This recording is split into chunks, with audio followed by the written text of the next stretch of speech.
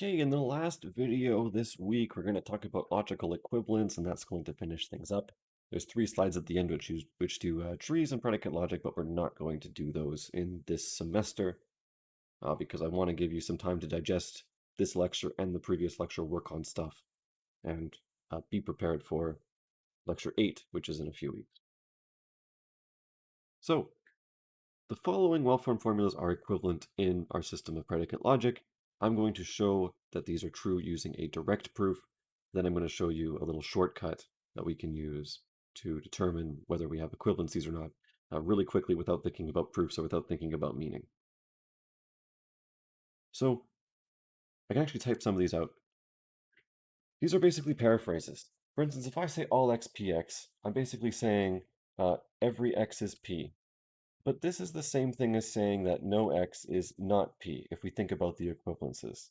So everything is p, well, nothing is not p then. Or we can think about the equivalence in the second line. So something is p is the same thing as saying that not everything is not p. So this refers to the second formula. There exists an x px is the same thing as not for all x not px. So these are equivalent. Let's take a look at the third one. Not everything is P. This is the same thing as saying that something is not P. Since if not everything is P, it must be the case that something isn't P. And then the final one, nothing is P, is the same thing as saying that everything is not P. So you might recognize these from the translations we did when we did paraphrases, but there are 4 of these equivalencies in total. So just to line these up with what they're equivalent to. So I'm going to show formally that these are equivalent. And I'm going to use a direct proof for this. So I'm going to show that A entails B. I'm going to show that B entails A because both of them entail each other. They're equivalent. So this will be a little bit complicated. You won't have to do this on your own, but if you're really curious about how semantics and binding works, then it's a good idea to run through this and understand it. If you're just trying to get the application down, then perhaps you can skip more towards the end of the video and just look at the shortcut. But it's really good, of course, to push yourself a bit and to really understand what these connectives mean. Okay, so I want to show that for all x not px entails there does not exist an x such that px. So first, I'm going to assume that this is true. I am going to assume that for every x not px is true. So I'm going to turn this into words using the semantics of for all. So I'm going to say that if for all x not px, then for all individuals d in our universe, not px will be true by the semantics of the universal, but I'm making this assignment function. So I'm checking not PD for all of the Ds in our universe. So I'm checking element 1, element 2, element 3. I'm going through literally everything in our universe and checking to make sure that it's not PD. Okay. Well, this is a negation, right? It's not PX in our formula here. So we can take the negation out, which means for all D and U, PX is going to be false. If not PX is true for everything, then PX will be false for everything. Now at this point, I'm making a paraphrase.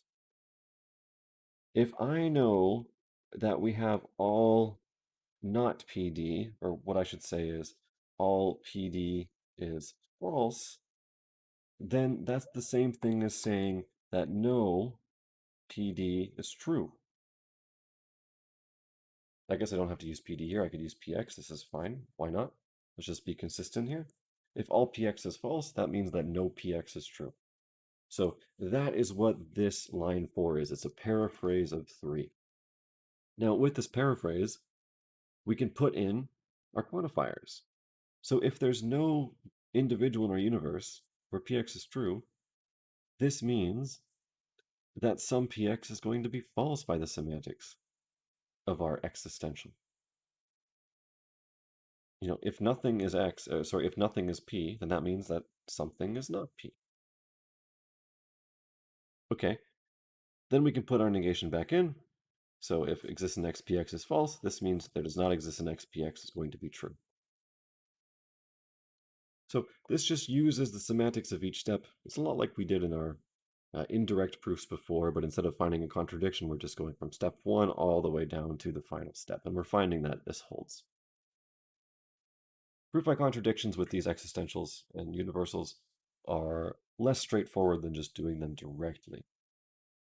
Now, at this point, we've proven one direction. We've proven alpha arrow beta in this case. So what we need to do now is we need to prove beta arrow alpha. Then when we have both, we know that they're equivalent. So this is the same proof, but it's in reverse. So we assume not exist in x px is true, and we show that that gives us all x not px. So we assume there's no p that's true. So there does not exist in x such that px is true. Well, if this is the case, then we can negate this. If there's nothing that's true, then that means that there's something that's false. So there exists an xpx that is false by the semantics of the negation. Now, we can put this existential into words. So we can say, okay, for some d in our universe, we're going to have that px is this. Sorry, not for some d, I should say specifically because we're saying that it's false. For no d in our universe is this true. But we're checking all the individuals in our universe, so we're mapping x to d. We're making this assignment function substitution. So basically, we're running through our entire universe now to check every single thing and to make sure there's nothing that is true. From 3 to 4, we do another paraphrase. So if there's no d that's true, this means that all d is false.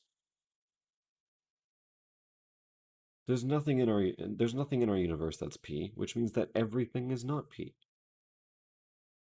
So if that's false, if everything is not p here, or if everything is p is false, this means that everything that is not p is true, so we can add the negation in. So for all d in our universe, not pd is true. At this point, we can now just quantify this. So for all d in our universe, we can change for all x, not px, and this is true. We no longer have the assignment function, so we're taking the assignment function out, replacing it with a variable.